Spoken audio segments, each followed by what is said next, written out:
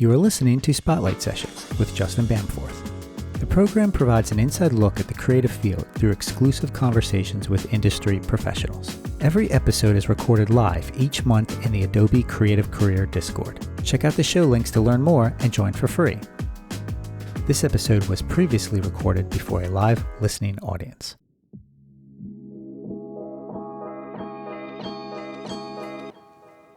Tammy Lovin is a multidisciplinary artist and creative director in 3D, CGI, VFX, and AI-driven visual production. With a BA and an MA in design and nearly 2 decades of experience, Tammy runs a creative studio crafting high-impact digital content for global brands like Victoria's Secret, Pepsi, L'Oreal, Maybelline, Fenty, CeraVe, and many, many others. Now, her personal art blends emerging technology with these surreal, eye-catching visuals, and her work has been featured around the world, from Miami and Los Angeles to Beijing and Tokyo, across multiple New York City galleries, and even on screens in Times Square.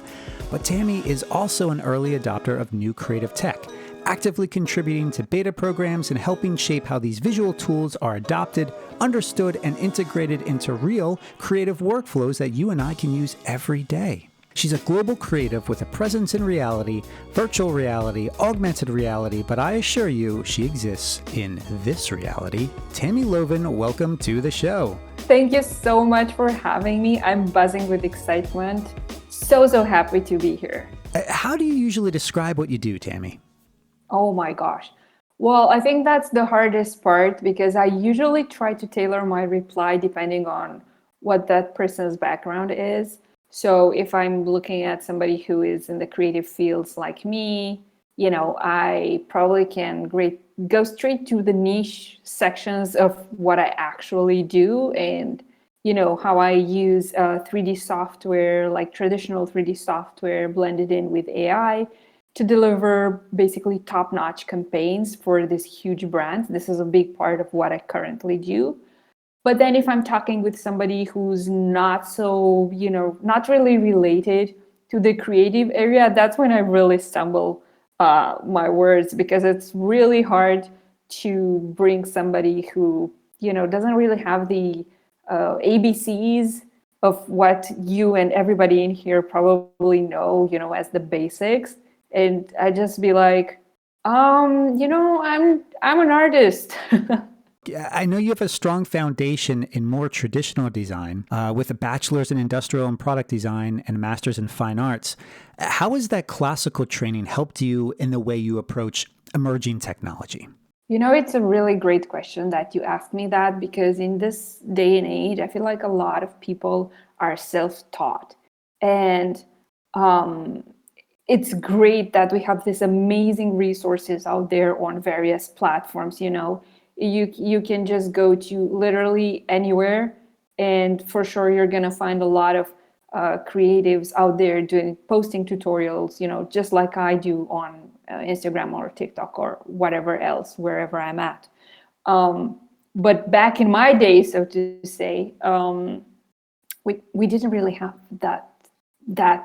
this incredible access. So indeed, I did go to uni to have a bachelor and a master, which basically taught me the traditional way of getting started in this domain. So I have like a really solid background of art history. And when I say that, I mean, all the classics in paintings, basically in every aspect of art, we would have like trimesters of it, just studying all the history of it. So by the end of uni, I was this person who was very aware of what was done before. So I feel like it was really easy for me to start from there and figure out how to put all my knowledge that I've acquired during all those years into new projects. And at that point, I was working as a full-time industrial designer for a big company called Bitdefender, and they were doing some new products in the tech area. So basically, I was part of a team that was developing a real product that was related basically to fintech. So I had the opportunity to put all my know-how into creating a product that was never seen before because they wanted to go for novelty as well as design. So this is something that I still do to this date for all my projects. I feel like for people who are classically trained, you can't see through through the lines of what they create. There is some sort of a fine distinction, I guess, when you see somebody kind of like recreating the wheel from scratch without knowing. By the way, this doesn't really speak anything of the end value of an artwork. I'm just saying that you could usually see when somebody has an awareness and classical training of what's been done before, or when somebody is doing something from scratch and comes more from an experimental background, When you were working in that realm, was there a specific project or experiment where AI suddenly clicked for you as a serious creative tool? Wow, yes, my goodness. I remember the first time I was part of a beta program where actually I think it was an alpha at that point. I was one of the very few lucky artists to have been in the alpha with OpenAI when they launched DALL-E. Well, actually, before they launched the DALL-E, which was the image model of AI. So this was before anything went public. So I remember testing it, and at that point, we were actually encouraged to give the model our own artworks to emulate our own style. So basically, I sort of helped train, or I did a little part of training for that model by giving it my previous artworks, which were made with 3D tools mostly, or Photoshop or Illustrator. Those were kind of like the tool that I was using back then in the majority of my time. So I used those artworks to put in the model. And I remember that very, very specific. It was like 2 a.m. or something, and it came back with a thing that it resulted from my input. And it was, well, now it would look probably silly because it's not, it's so far away from what we have right now in AI. But at that point, it was absolutely breakthrough. And I just remember being completely stunned. I was alone in my place, and I just like out loud I said, "No freaking way!" I was like, "No, no!" I literally kept staring at the screen, and I was like, "No, no way!" I just like literally couldn't believe my eyes that that's what's happening. I just I was literally stunned.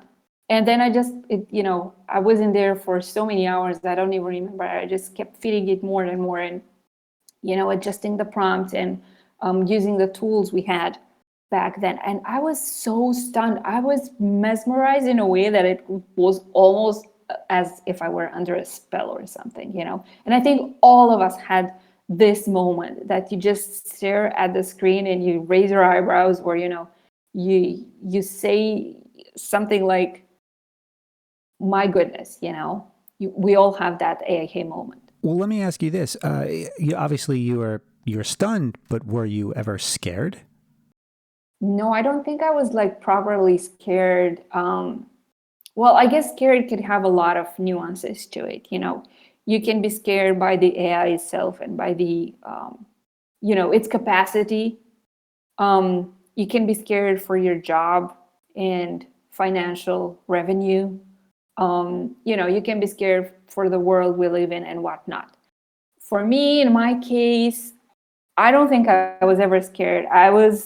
But what I was is extremely, extremely hyped about the potential of what I could do with it. I was also very early amongst all the other peers. So I started using AI really, really early for commercial work. And in all honesty, my revenue not doubled, not tripled. It added a couple of zeros. Oh, wow. Okay. So that I did not see coming at all. You know, I did not anticipate having more work and better paid. You know, it turned out that AI was this new thing that everybody wanted a piece of, and not so many people were skilled at just yet. So being one of those few lucky ones in the very early stages really, really got me an advantage in the commercial work with marketing people watching online. You know, they wanted to be cool, they wanted to jump on the train, they didn't want to sleep in on that.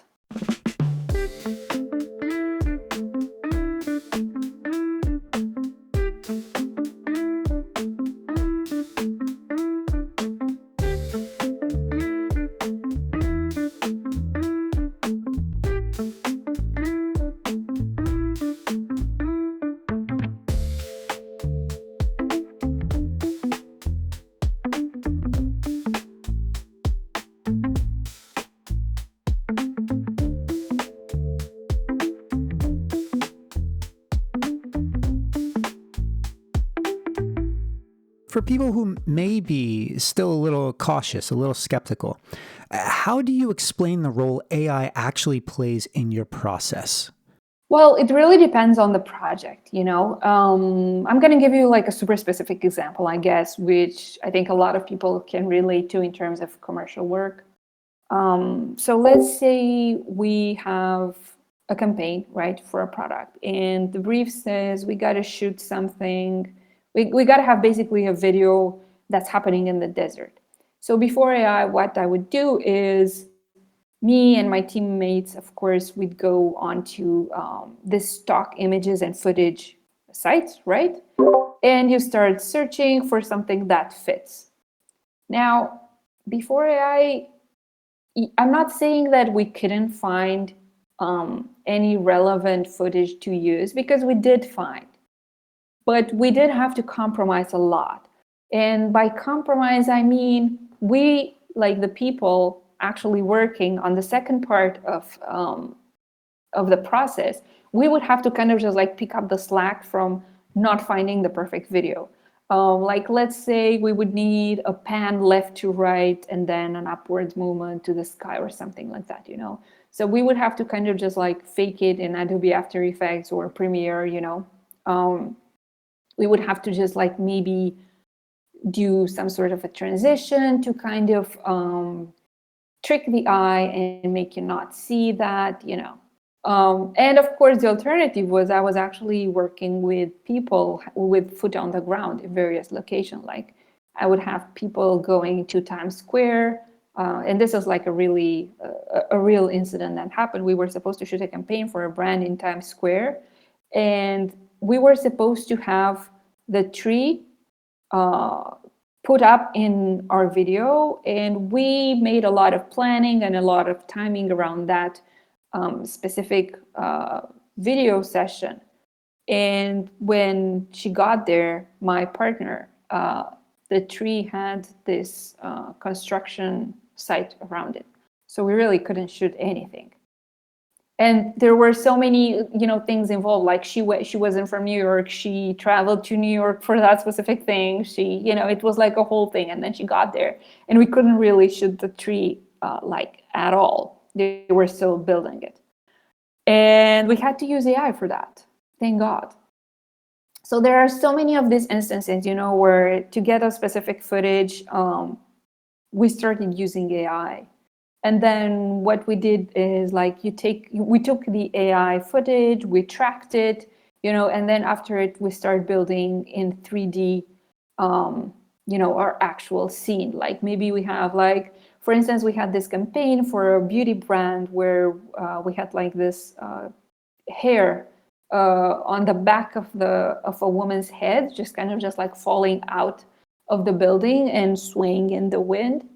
So we couldn't really find a spot to shoot that just because of copyright reasons, because of so many brands having headquarters in a specific building, and because of video restrictions, and other laws regarding copyright, we did the footage in AI, and then we did the hair simulation in Houdini, and we basically composited the scene as if the footage was real, but it was AI.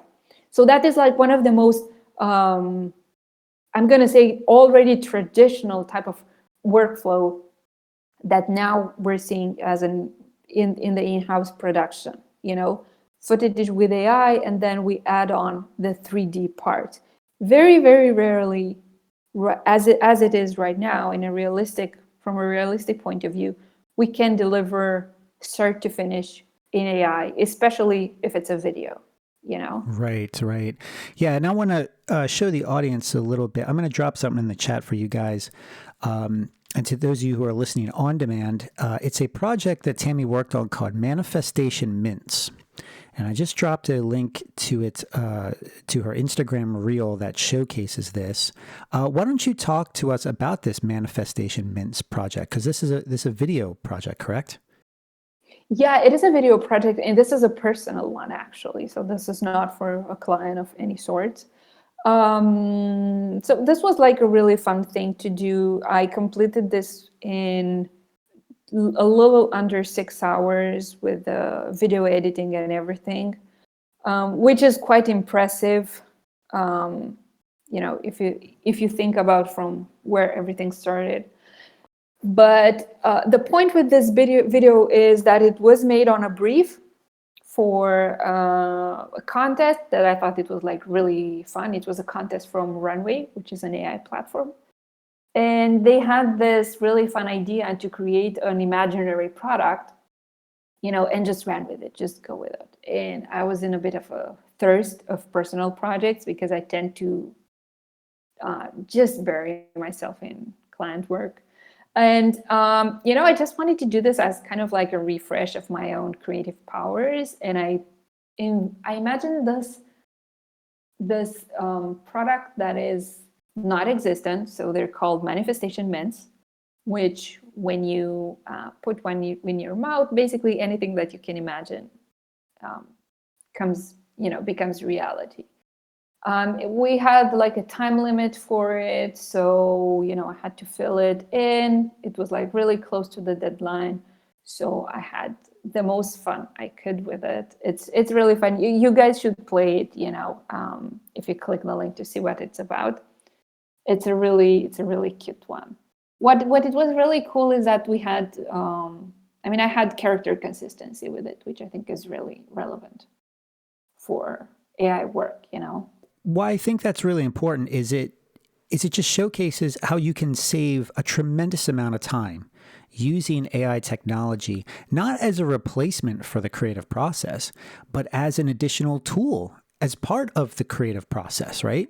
We use AI, if you think about it, years ago, right, before the AI boom, we were using AI technology in just different capacity, right, or a different capacity. For example, in Photoshop with the clone stamp tool, that is essentially like an AI tool because it's doing the work for you. And now we have things within Adobe that can basically replace the clone stamp tool. It can, do the generative expand or create images and add to your image. It's not trying to replace the creative. It's just another tool as part of the creative's library. Would you say that's a fair assessment, Tammy? Oh my God, absolutely. Yes, I'm on the same page. And, I'm a diehard Photoshop fan. I have 2 decades of experience in it. And there are times, so obviously for a while now, Photoshop has AI embedded in it, so you don't have to go someplace else to edit your images. You could just work with the tools that it has inside it. But in all honesty, I have a lot of reflexes in Photoshop, so I still use the stamp tool a lot. Right. Yeah, me too. Or because I have like shortcuts on my keyboards, so or I would just press J and have the patch tool, just like sort of, which was like a precursor, let's say, of AI generative fill, right? The patch tool. I still use that. I think it still does great work, and I'm a big fan of, the shortest road to somewhere is the one. So, but I do use AI in Photoshop a lot these days for creative work, but also for little details. Indeed, it's amazing that they did that. I feel like I feel like a lot of people weren't really weren't really having any touch points with AI. People from the creative area, I mean, because they spend their time inside the products that they already use. So it's one of those things where the mountain has to come to Mohammed, or whatever the saying is. So that happens. So a lot of people, like my peers, they started using AI just because they found it within their tools, like the way After Effects and Premiere have some rotoscoping with AI and stuff like that. Really cool stuff, really helpful.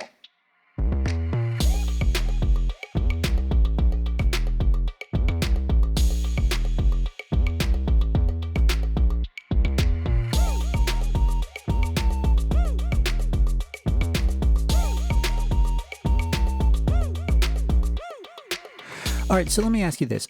How do you manage expectations with clients when you're working with AI? Because I'm sure they have a lot of preconceived notions that may not be entirely accurate once they start seeing you actually work on the project.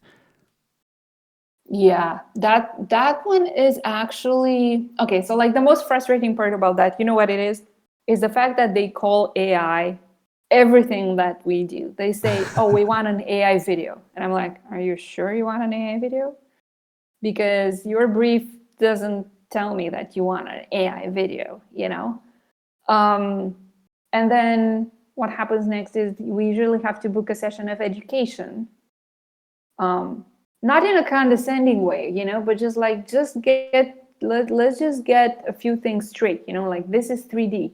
If they give me an example of a 3D work, I'm just gonna say, like, I think 3D is gonna work best for your brief right here, so we might go a more traditional road with that, and these are the costs. And what I always tell them is that AI is experimental. So by experimental, I don't mean that it's not good. I just mean that the workflow and the pipeline for it is different than clients have been used for since forever, basically. What I mean by that is that, you usually have some revision rounds, or, some sort of opening for the client to do some interventions, right? So with AI, that's kind of hard to do. You cannot really reiterate, in a very in a way that you have a lot of control over what's happening. Like, sure, there are tools now on a lot of platforms, so you could maybe change the color of somebody's dress, or but to be honest, like when we have revisions, we usually try to do it more traditional. So like, let's say somebody wants to change the color of a character's dress, right? Like I just said.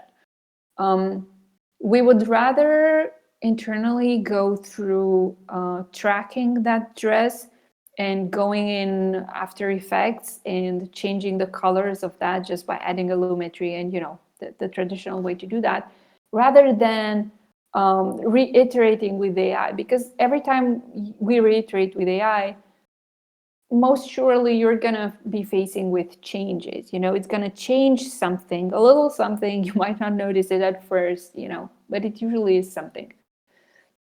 So I think we need to really be careful when I present to a client the ways we're going to do something, like from a technical point of view, like the way we're going to execute it. But for instance, for images, like for still images, we could probably do that just AI start to finish. Now it's still a little tricky sometimes with branding and writing on bottles and stuff like that.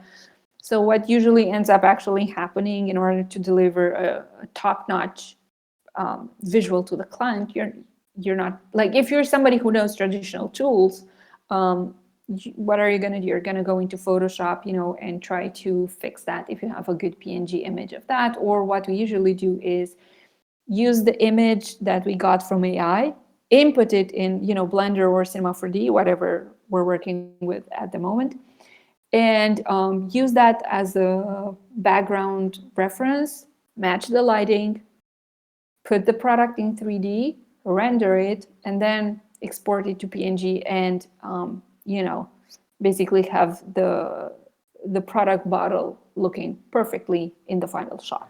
So what types of work do these clients typically come to you for? Is it for the entire design process, a campaign, a particular project, or do they just come to you for what they think is AI produced work? Like, walk us through that. So me being an artist that delivers 3D, VFX, CGI, and AI is not, AI projects are not necessarily the main scope of work, so to say. So they usually, what usually ends up happening is clients come to me saying, we've seen this brand do this. And they assume it's AI, they've been assuming it's AI for 2 years now. Sometimes it is, sometimes it is not. And they say, we would love to have something similar in this trend. I mean, not necessarily similar in terms of, what's happening in there, but, they see, or they have like 4 or 5 images that convey a style.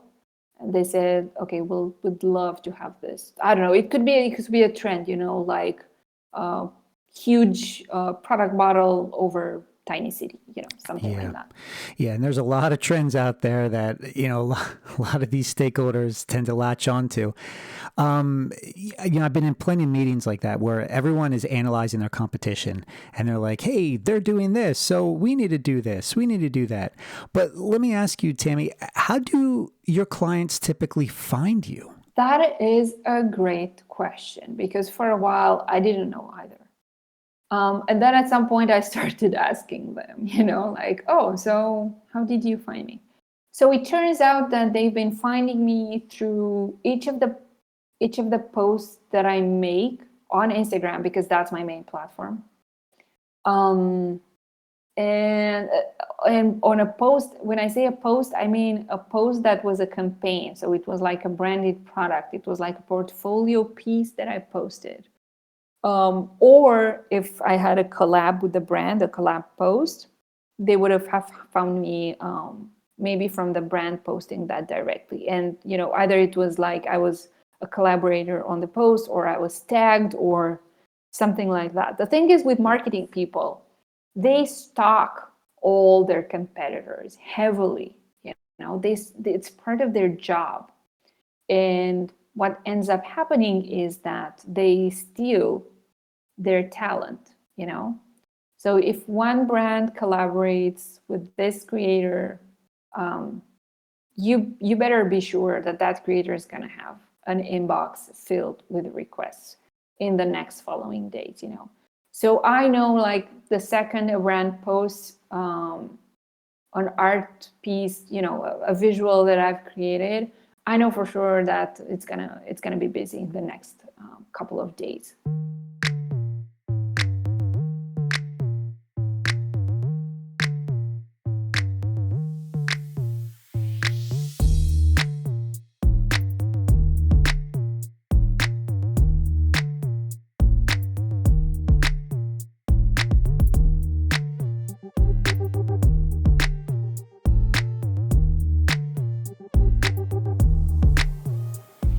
Do you ever add hashtags to help clients find you, or pay for sponsored or boosted posts, or does it just happen organically? The only thing that hashtag bring to me personally is random people that are not really, I don't know. So for instance, with AI hate, if you post a hashtag that's having AI in there, the only thing you're bringing yourself is hate, right? So that's one thing to look out for. And then again, no, for me particularly, I don't think hashtag works like at all. I've stopped posting them a long time ago. But the thing that actually works is creating an asset, be it video or a still image or whatever it is, creating the final asset that you would have been like to be paid for, even if you weren't paid for it. Like that's the easiest way to get some traction if you're looking for commercial work, of course. So if you're looking for clients and commercial work, just do a couple of pro bono visuals, a couple of pro bono videos that are targeting. It doesn't have to target the specific brand you're trying to work with. That's actually, that actually lowers your chances to work with that specific brand. So try to work with a brand that you don't really have an intention, try to fictively work with a brand that you don't really have an intention to working with, but that it is in a category that you are aiming for. So for instance, I'm mostly in the beauty industry in terms of projects. So if I were right now to do a piece and, get some traction on it that will translate later on into projects, like paid projects for me, I would probably do an ad for something that is a competitor of the brand or the brands that I'm targeting. For instance, if you want to do automotive videos, you could just, pick a car and make a smashing video of it, whatever your tools are, AI or traditional tools, and post it. For that type of content, this is the only time I guess you can try to use hashtags that are mostly targeted at the community of fans for that specific brand. So if you're looking at the love brand, you want to target people who would like anything, if it's a car, whatever, if it's a Mercedes, BMW, whatever. Try to target, communities that are fanatic about that product. That's an interesting way to look at it. And I think it's helpful for the audience to hear. I want you to talk to me about the L'Oreal example, because we were talking about this offline, and I think this is helpful to the audience in just, I shouldn't say how easy it is to get clients, but how clients may come from an unlikely source, right? Oh, okay. So I actually have two stories regarding L'Oreal. So one thing, if you're really serious about doing client work, you got to do a bit of digging and a bit of research. I didn't do this, but if I were to have done it, I would have known that L'Oreal is part of a umbrella that actually owns more brands. So they're sisters with NYX, they're sisters with Maybelline, they're sisters with CeraVe. So you know what they say, get your foot in the door. So what you will try to do is basically get the attention of one of these brands, and it is if that is a successful partnership, it is very likely that you will be, internally passed on to their teammates and colleagues, and they're going to say, just work with this vendor. We had a really great experience. Because honestly, they themselves, you want to go for sure, and you don't want to test new people out and have maybe a bad experience. You want to, go straight to the target. So you got to make yourself the target. So the thing with L'Oreal is, and what's interesting, you always have to remember this, marketers are always out on the hunt for new talent, new people, new faces to work with. So if you draw their attention, but you only get a comment or a like, or even nothing, that doesn't mean that they didn't see you. And I actually have a real life example that I think is the one you're referring to. Is the fact that I ended up working with a brand that was not L'Oreal. And we had a really good partnership. about a year and a half in was when this particular conversation happened. And then the person, which was my point of contact, and then that we'd been working for a year and a half already, said, what's funny is that before I had this job, I actually was at L'Oreal and I was trying to work with you for a full year. I was pushing you and I was trying to get you on projects, but we didn't have the budget at that point to do, special projects, whatever they call, 3D videos and whatever creative stuff that, I was doing, which is not really their traditional post. And she said, like, when I moved to the new company, I basically pushed you again. And this time it was successful.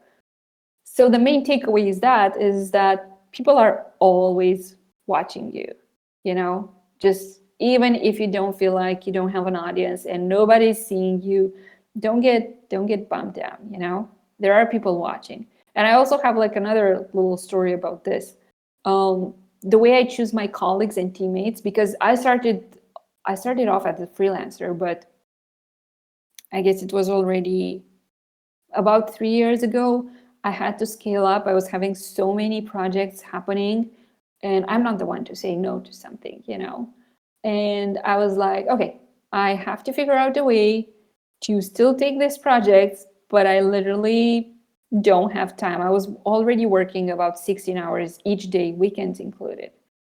So I did this like giant leap from turning from a freelancer to a creative director. I've done creative director work before as part of agencies, but not on my own. And then, even if it is, so basically as a creative director, I manage the project and I manage I manage my team players, team workers, whatever you want to call them, that are basically doing my X job,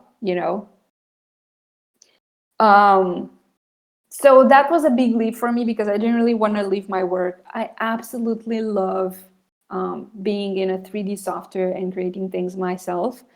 So at first it was really hard not dipping my toes in anything, just giving instructions. But this is how I actually ended up scaling and turning into a boutique agency or a small studio, whatever you want to call it. And what I meant to say with the fact that people are always watching, I was also scouting, and I am still always scouting for new people to collaborate with because I have a bunch of projects happening and I like to match the project with the person, because each person out there has a specific type of skills, And how do I see these types of skill? If they have posted something on their Instagram or, I find them on TikTok, rarely, but mostly on Instagram, So I'm basically a scouter in my own sense of way. And the people that I ended up working with for all these years are the people that I just like randomly saw on Instagram. I thought they had potential. And I basically just DM'd them and said like, hey, what are you doing with your life right now? I really like your stuff. I think you're a really good fit for this. I feel like, there's a place for your talent to also meet, financial reward. Yeah. Yeah, absolutely. No, I love that. And I just, want to reiterate to the audience, connect with Tammy. She is always watching. So, because you're right, like job opportunities aren't always just on LinkedIn. They aren't always just on Indeed or all the other job sites out there. Job opportunities are with your connections, your network. So spend as much time fostering those connections because you never know when one project's going to lead to another. Now, if you are new to the Adobe Creative Career Discord, I'd like to take a moment to share one of the coolest things we're working on right now. And that would be the Adobe Creative Apprenticeship Program. This program connects aspiring creative people like you with top creative companies providing the actual training and experience that you need, which also looks amazing on a resume. Think of it like the ultimate internship meets mentorship opportunity. But wait, that's not all. You see, there is another aspect to the program, and it's called commissioned projects. This is where you can get even more experience working on an actual paid project with Adobe. Yes, that's right, Adobe as your first client. Seriously. The details on the Creative Apprenticeship Program, the commissioned projects, and more incredible career resources can all be found at behance.net/resources. That's behance.net/resources.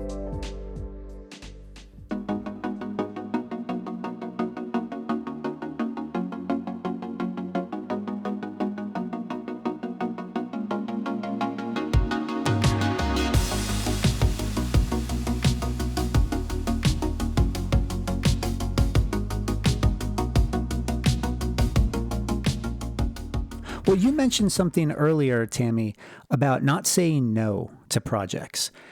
Is it okay to say no to a particular project or client even when you are trying to grow? Yeah, well, the harsh truth is that when you say no, they're not going to come back. That's it. That's in short and really harsh truth. They're not going to come back. I actually have like another specific story for that. I was not feeling well one day, and because I was sick, I slept through a call, which was absolutely unheard of. It was the only time that that happened. So I basically had a meeting with a brand. They're pretty big. They're called NARS, whatever. They're in the beauty industry. And my colleague who's there, who's in my meetings basically just to back me up, and he's there mostly for the logistics like contracts and stuff like that. He's not on the creative side. He joined the call because he didn't know I was not feeling well and I slept through. He joined the call, and for him, it was not a successful call because basically he was like, "I'm sorry, I don't know what is happening with Tammy. She's not here. Unfortunately, we can reschedule and all that." And we were like, "No, this is like really time sensitive, blah, blah." And we never ended up reconnecting to that time. I mean, that is not like the no in the purest form. And I'm not saying like maybe it is a closed door or anything. It's just like goes to show that I'm human too, I guess. But, like if I think, of some of the projects that turned out to be more difficult, I still wouldn't have said no to them because I learned how to discipline myself when things get rough, first of all, and not to fall for anxiety that may come, when you're working with a tight deadline and you're depending on other people to deliver good things. And, you're seeing, like I was seeing, they were having troubles, the deadline was coming closer, the client was anxious and all that. So yeah, I just added that to my, like a character in a game. I just put that experience in my toolkit. And now I feel like I'm more comfortable with situations that are uncomfortable by default. All right, so then let me rephrase it. How do you know when a project may not be the right fit? Would you still say yes to it? Or would you pass it off to somebody else? Or would you just tell them no? That's a really good question. So I guess, it really depends why is not a good fit. Is it not a good fit for your portfolio?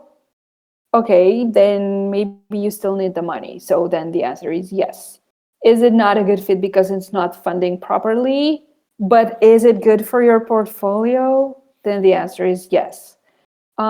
Is it not a good fit because you have a bad vibe from the people that you had a call with? That might be a no, because like what I've learned through the years is having trust in my initial gut. And, if people seem difficult, that's going to be a difficult project, But if you still like, I don't know, need the money or need it for portfolio, then you got to clench it, I guess. And it's a yes. I'm a type of yes person, But there are times, I guess, maybe when you're overbooked and you feel like you're going to do badly. I still don't say no, like upfront, obviously. I might overprice it as a strategy. And that is like, a very, very good strategy to say no, just like offer your offer should be something that you know it's off their budget, but then again, you should know that they're most likely never going to come to you again, you know, which comes back to my initial response when a no is literally, you know, at the end of the road. And then again, I've had this happen, by the way. I overpriced it and they still said yes. And then I was like, what is going on? Because I did not expect, because I heavily overpriced it because they wanted something to be done 2 days, and it was Christmas in 2 days. It was like the 23rd of December. And I was just like, I really want some Christmas, you know? And I overpriced it. They said yes. They asked for another meeting, and then it ended up being a no just because of, you know, of all the back and forth with the meetings and whatnot. We ended up having like 24 hours for it, and it was like so unrealistic, you know. So that ended up being a no, but it was, you know, not a proper no. It was like kind of like a conclusion type of no.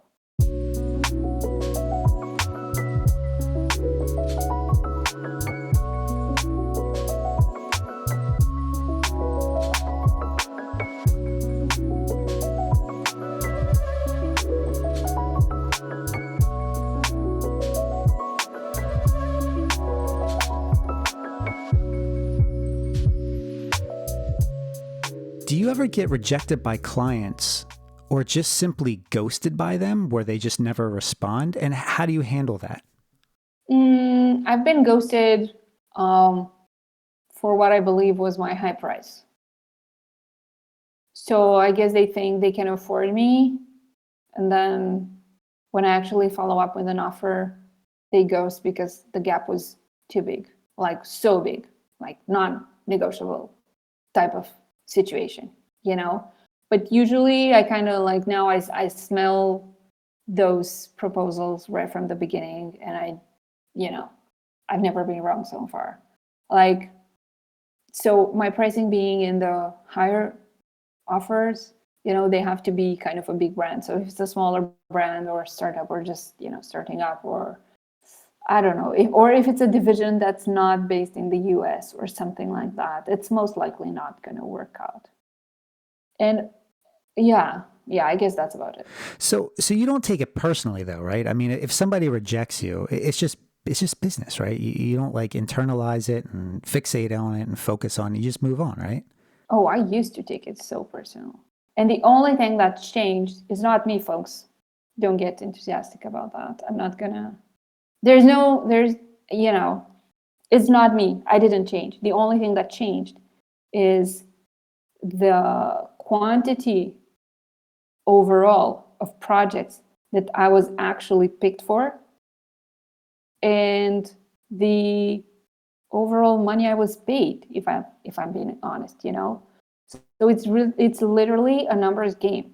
If you get, you know, if you only get 2 emails in your inbox and it's already May since the start of the year, and those people reject you, come on, everybody's human, you know. There's no way you can like, no matter the tools, no matter the trust you have in yourself, you're gonna be bummed down. That's the honest truth. And you know, the only thing that can actually take you out from there is if the circumstances actually change. So, you know, it's literally, it is so linked, you know, like there's only so much you can do with self-preservation and self-confidence and all that. Like, of course, sure, if you're successful in other areas of your life, it might not mean that much. Like if you have like a good family, good friends, you know, or you're super popular on Instagram, or, you know, whatever type of success you may have, or you're like super passionate about cooking and you're cooking every day, and it doesn't really matter that you're being rejected. Sure, you might have the tools needed to face that. But if you're somebody like me who's, you know, most of my personality is the things that I create, and there's no really distinction of who I am and what I create. It's kind of like the same thing. There is no way that I'm going to be able to face rejection in like, put on a brave face and say like, oh no, yeah, this doesn't bother me. unless I really have like some solid things to back me up. Like, yes, I have 50 projects successfully done last year. So, if 50 were done and were successful, and I also got 20 rejections, that's okay. That's an okay ratio. I can handle that, But if the roles were reversed, like, I don't think anybody out there can be, as delusional as not to be affected.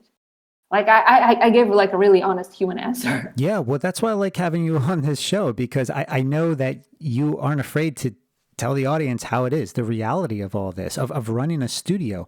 But have there been any techniques or tactics that you've learned that helps you to stay positive during these darker moments or these roller coaster rides when the jobs aren't coming in? How do you stay above that? What has worked for you?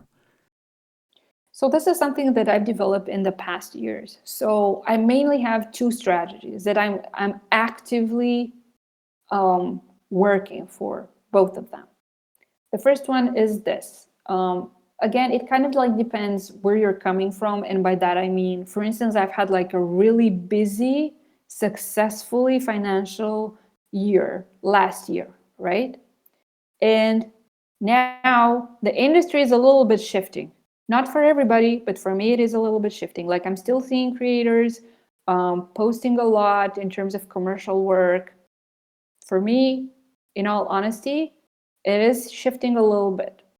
What I'm doing right now is something that I didn't do the last time when I felt the industry was shifting a little bit. So what I'm doing is literally taking rest, because just hustling and grinding, making me more, I guess, frustrated and tired is not going to help me be prepared for when this industry shifts in my favor again, So basically, one of my strategies is taking the time, I don't know, the universe, if you want to call it, offered me, because I was extremely overworked, last year. And taking the time, don't get me wrong, I'm still having projects right now. I'm still working. It's not like, it's not an empty house. But it's definitely a bit lighter than last year. So instead of focusing to get the numbers up to the same respect, I'm trying to take the time off and live as a person, as a human. But then again, I have the luxury to do that because I'm still having projects, and because I had like a really good couple of years before this. But even if I was not, but again, it is so much harder, I guess, take time to breathe and rest when, things slow down a little bit. So you can, be ready for when they get really hyped again. Or if you're not coming from a period where things were like really hyper, like let's say, it's been empty recently for you, I guess it's time to hustle, So by that I mean is having aggressive techniques of creating and posting with the active lookout to draw attention to marketers, not rank up your followers or your audience.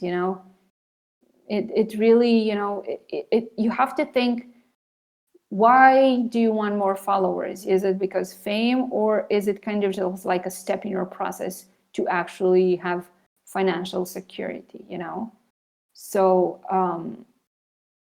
so it really depends who your audience is. Are the marketers your audience? Then speak to them, do commercial work. If you're looking to, attract the attention of the masses, you want to do some freebies. And by freebies, I mean tutorials and something that you could give people some knowledge that you can give away to people so that they rank up your followers numbers. I'm currently doing, I'm in my tutorials era, by the way, just because at some point last year, I realized that I was just posting commercial portfolio work.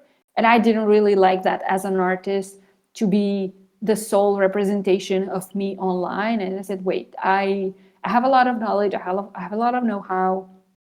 I want to give it back, And that's why actually I joined the Adobe Ambassador program, which is like a really, really cool thing to be part of, because they have like really specific briefs that I can post on. Because, if I was like before that, if I was to do a tutorial, there's so many ideas out there and so many platforms and so many, vast conversations going on that I didn't really know what to focus on.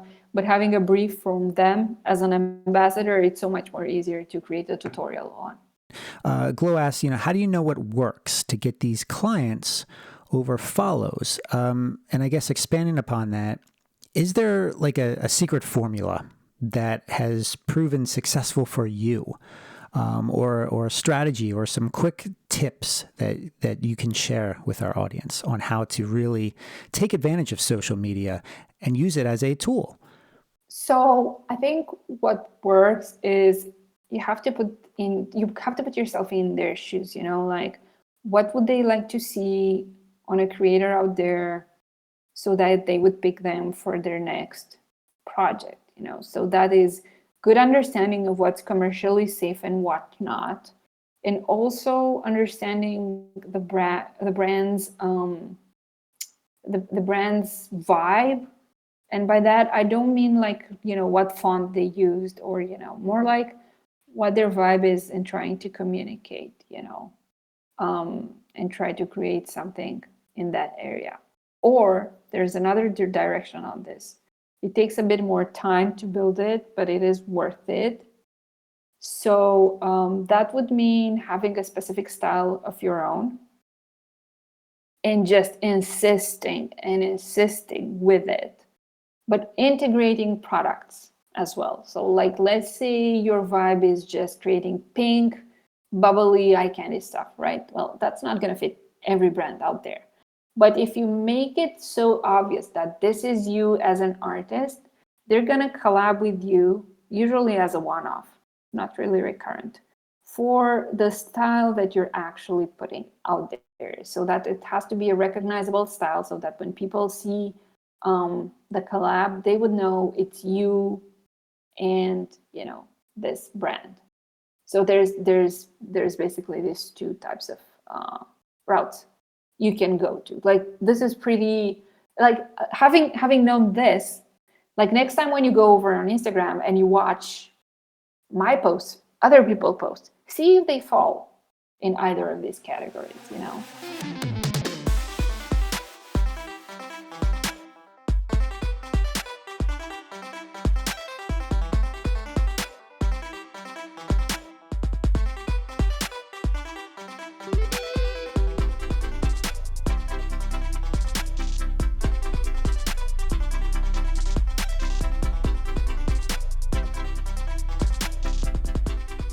Obviously, since you're at the forefront of all this emerging tech, you've seen it firsthand. You've, dabbled in the beta program, so you know what's coming out next. Well, for a lot of these companies, what skills do you think creatives should be building now to stay relevant over the next few years? Years is a really long time. That is a great question, but well, let's say okay, it's down to weeks. All right, you're right. Yeah, look, technology is rapidly advancing, right? There's no denying that. So let's say the next year going forward, because we don't know where all this tech is going to lead. But let's say for the next year, what should creatives do to better position themselves for that next leap? Let's say a year from now. I think, well, this is a great question. I don't think I actually have any answers for that, because if you were to ask me this 2 years ago, my God, my answer would have been stellar. If you were to ask me a year ago, I would have started to be quite unsure. And now I feel like everything is shifting so fast, and so hard to actually trail it in a way that's genuinely anticipating what's happening next. I feel like we're all kind of just like floating around and just trying to stay afloat. Look, part of what I do is trend forecasting, right? So trend forecasting for brands. And it used to be really easy to pick up niche ideas and kind of just like see how they were going to be big. But now trends are, first of all, really, really fast driven by apps that kind of just like put it out there. I'm sure if you're chronically online, like I am, for the past couple of days, there's a trend where you can put yourself in an app. There are various apps that already copied it. I think CapCut was the first one, but I'm not sure. They're doing, the trend is to put yourself, they transform your picture, like it makes you a bit prettier, and you seem like you're on a cam in a baseball or football arena, and you're in the crowd, and it's like a super close up, and you're gorgeous. That's one of those trends. That's gonna last for 4 days. There are this like really, really fast trends that are going by really quickly. Longer, it used to be so much longer. Like I would have time to go to a brand, email them, hey, I've seen this on a couple of accounts that I know are gonna, they're gonna be popular. If we do this now, by next week, we're gonna be right on time with it. Now we have hours, I'm talking about like putting on your visionary cap, your futurist cap, and looking like beyond where we are currently. Like things that we may not even be able to conceive now, but things that you kind of see little inclinations of, little glimpses of, in the way that, in the sense that you're interacting with companies and working on these projects. Where do you see kind of like the mentality shift, the mindset change happening? Let's go really far out, like 10 years from now. And again, this is all purely theoretical. Speculative. Yeah, speculative. Yeah. So. Yeah. Okay. So there's one trend I feel like it picked upon maybe at the start of the year, and then it kind of died off. But I think at some point it's gonna come back again, and it's a really big one. It's not just like one of those cute little photo trends, whatever. And the trend is human made. So I think that's going to become really, really, I think that's going to become a movement by itself. I think we're going to have some sort of watermarks. Like we're already seeing platforms implement, AI made and stuff like that. Like they slap it onto your post by default, if they detect AI. And I think we're going to have some sort of watermarks for human made, because right now human made is still the default. But as we're progressing into AI and what we're seeing right now happening with the masses adoption of it, I think we're going to be having a lot of human AI, human versus AI made, and not just in visuals and in art, but in textiles, clothing, fashion, jewelry, whatever else is out there, and where humans will still be involved. I think it's going to be listed on the ingredients, like a human evaluated the process, a human mixed these nuts, and all that. A human knitted this scarf, and a human took this photograph. Human actors played in this movie. It's already, right now it's the other way around. Like I've seen at the end of movies being written like no AI was used, or no AI characters were used. And by that, I kind of understand that some AI was used for background or some other work, So I think it's going to be like really hard for a whole movie to say no AI was used, when clearly they will be using rotoscoping AI and, a lot of AI tools. So it's going to come down to no AI characters, no AI anything, I guess, or human made. So I think that's like the bigger trend that we're going to see in years from now. How do you personally handle the criticism and the attacks from people who disagree with AI-based creative work or AI anything? How do you kind of deflect that? I think what's funny about this particular hater is that these are not new haters. I've known these haters for a long, long time. They're the same type of people that are right now coming on to creatives that are using AI, saying AI slop, or they're putting those memes. Your AI slop bores me, and whatever, all the memes. They're really good memes. But the thing is that they're fake supporting artists, in my opinion. I don't see these people in the comment section of artists who are painters. Where's the support for them? Like they're only up in everybody's posts, just hating on AI and claiming that they support art. And I've actually had a really long debate with one of these type of people in a comment section of one of the posts I made. And I said, look, if you scroll back, not that long actually, you're going to find 3D artworks made with software. Could you please maybe go ahead and support me with that? Just like go ahead and like and comment for that, just so I know that you actually made it. Or, Photoshop, or actually sketches. I have so many of those posts. I have thousands of posts. There are so many things that you could comment on, and yet, here you are on the only AI post that I've made. And this is not like a singular experience. I'm seeing this on people who just switched or included AI in their work, and they're still doing traditional work. And it's obvious that it's mostly rage baiting regarding this AI hate, because again, these people are not in the comments of traditional artists supporting them, liking them, buying their things. Where are they buying the things? Where are these people buying their paintings and everything else? No, artists are mostly still starving.